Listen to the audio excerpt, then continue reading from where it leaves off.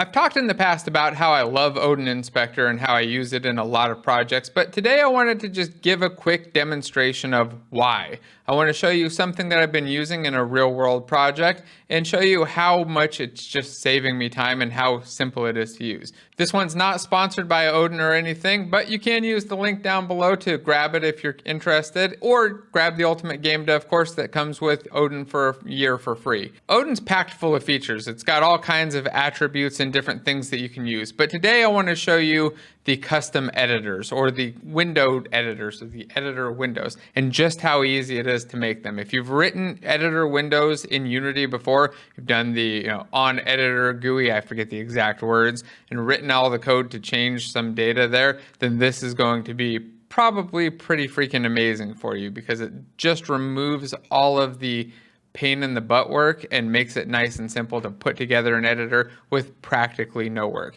So to show you an example, I've got this game here that has some space stations with ships flying back and forth. I can adjust the speed and buy and sell different resources. There's different resources that I can grab from the shop and buy from other stations, go place an order, and my captain of my ship will go fly over there and buy them. And then I can buy some upgrades. So I can click over here to buy different upgrades that will give me different resources or combine resources and build different things. So that's the game that I've got here with 3 different data types. There are captains for flying the ships. There are resource types that can be harvested from these different little rocks that you can see here, and then the upgrades that can be built. But before we get to the details, this video is sponsored by a really exciting and completely free event, ARM DevSummit. It's coming up this October 26th through November 9th, so if you're a developer, there's no reason not to register right now. Personally, I'm really curious to see what's going on with ray tracing in mobile. It's not something I expected we'd see for a really long time, so I'm really excited to hear more about this. But I'm even more excited about the live machine learning workshop on November 9th, using Unity's machine learning agents on ARM. I think machine learning will play a big role in the future of game development, and this is a great opportunity to get up to speed with some practical experience and the opportunity to ask questions to actual ARM experts. Register now and come say hello. It's a great opportunity and for the perfect price of completely free. Just make sure to use the link in the description.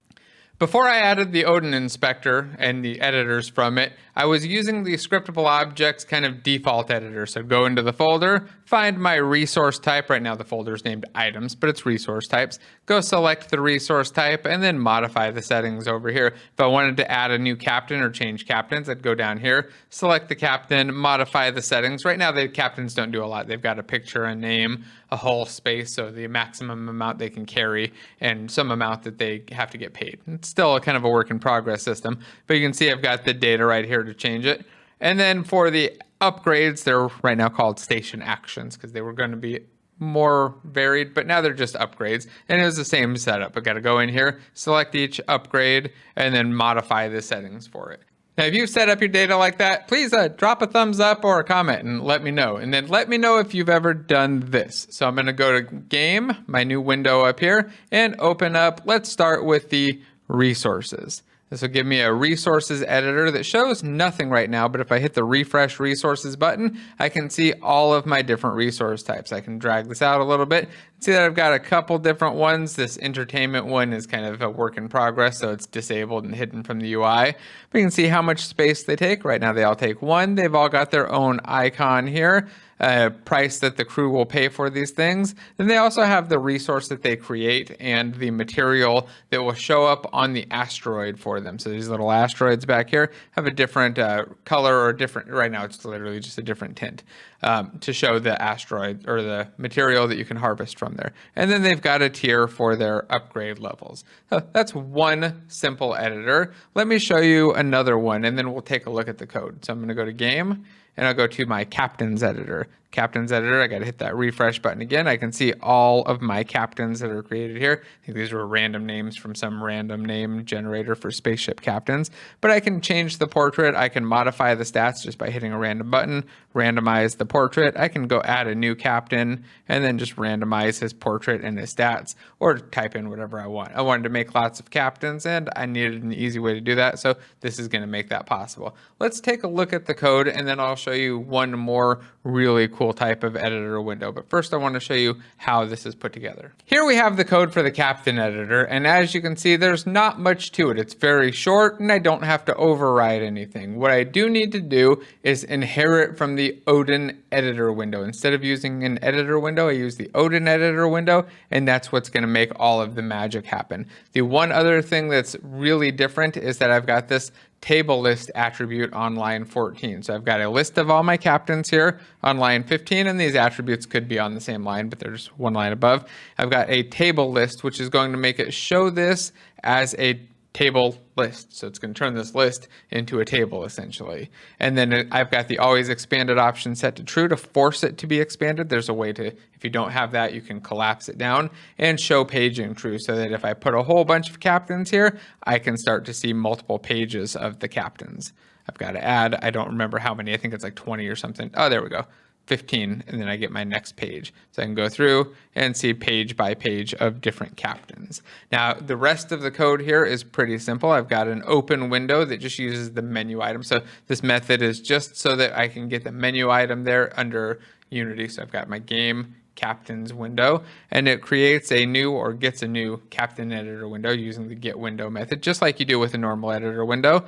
And then I center the position, which is actually something stolen just from the Odin example, and then fill in the captains. And here I'm actually doing it twice for no good reason. I actually have two different ways to get captains. One is at runtime and one is not at runtime, and I'm doing them both for no good reason at all. I think you just fill it once. So all I really need to do is fill this list of captains and everything will work. So how does it work? Well, let's take a look at the captain. I'll hold control and click through onto my captain. And if you look here, you see that I've got a couple attributes. First thing to notice though is that everything that's public and serialized is just going to show up in that editor. So it's going to pop up right here. You'll see the name and then the portrait and then our stats in these randomized sections. And the stats and randomized sections are a little bit different. If you look down here at the code on, what is this, line 35, you see there's a vertical group for stats. That's what's putting the hull space and the pay rate together. There's also a vertical group set up for these buttons. So if you find the buttons here, you see a vertical group of randomize,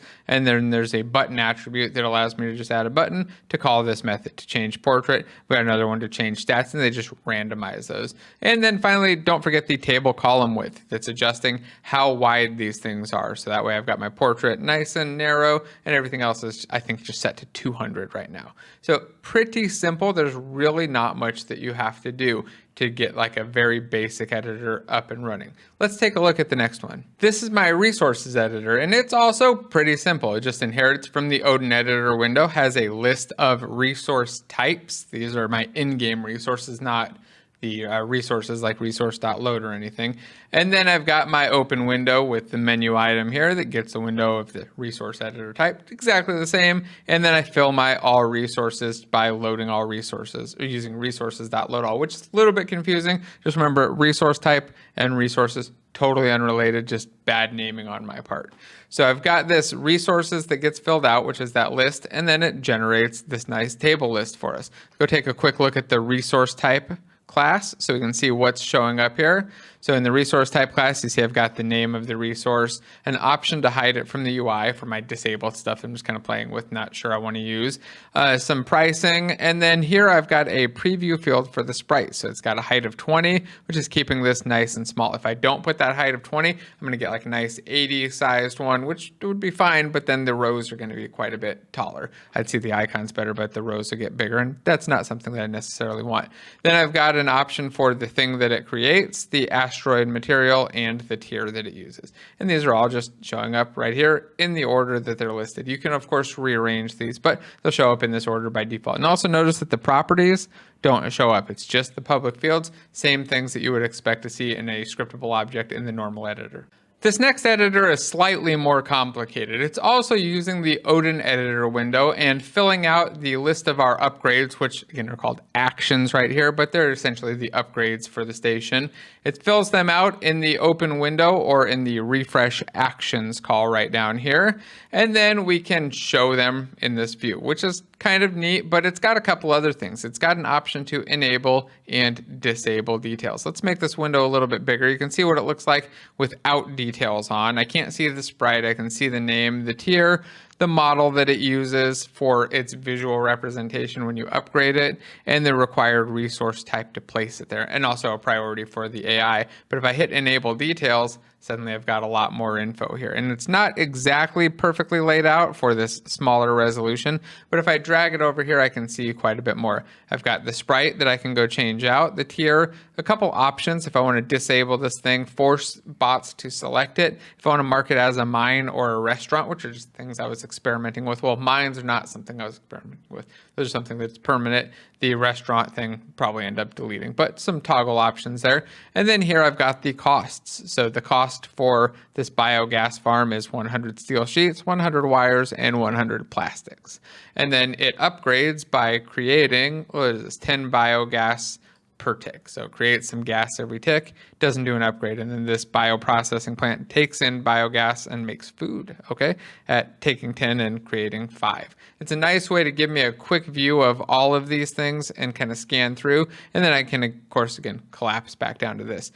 Let's take a real quick look at how those details are toggling on and off. So I've got my enable and disable detail buttons, and you see here I've got a method with the button attribute for enable details and one for disable, and they're really just toggling this static boolean on the show details or show details boolean of this station action class. And if I go into it, you'll see that it's just a public static bool, but in here, some of these attributes that I've added are show if attributes, and they will show if this boolean resolves to true. So if show details is true, it will show this option, this option, this option, and this option. And these are all of those toggles that you were seeing. So the toggles that weren't showing up before, it looked nice and empty. If I hit enable details, they show up because now I've got the details on. And it does the same for the sprite and a couple of other things. That's essentially how I toggle them on and off. You could make this better, but it's a nice, quick, easy view. I have a better view that I use to actually look at things when I'm not just kind of doing a quick comparison.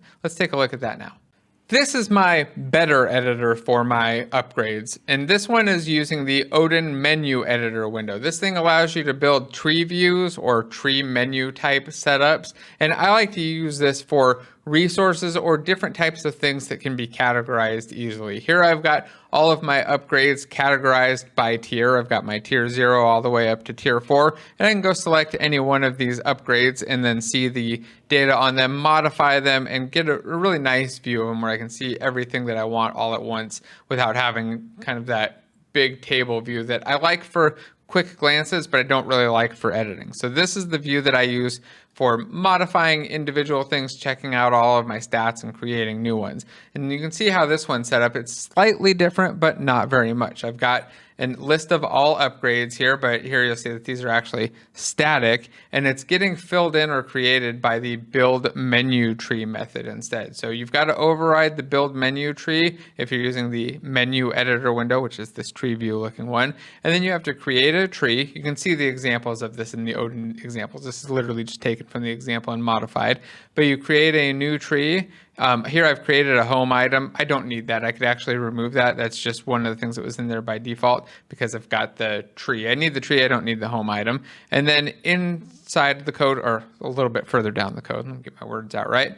You see here on line 35, we get all of the upgrades and order them by tier, loop through them all, and then I just add each one of these items to the tree. And if I want to remove this useless home thing, I could just get rid of this entry that's being added by default. Again, this copy and paste. But you can see just how easy this is to use and hopefully see why I love it so much. Again, Odin does a lot of other cool stuff. I don't want to dive into all of that stuff. I just wanted to show the thing that I think really will save people the most time. If you built custom editors or you've got a team that needs custom editors, this might just make it so you don't have to do any of that custom editor work. Can get really nice looking editors, and you can do a lot nicer and a lot cooler editors than I've done here. This is just me kind of hacking away to solve some simple problems that I don't need it to be super pretty and flashy for anyone.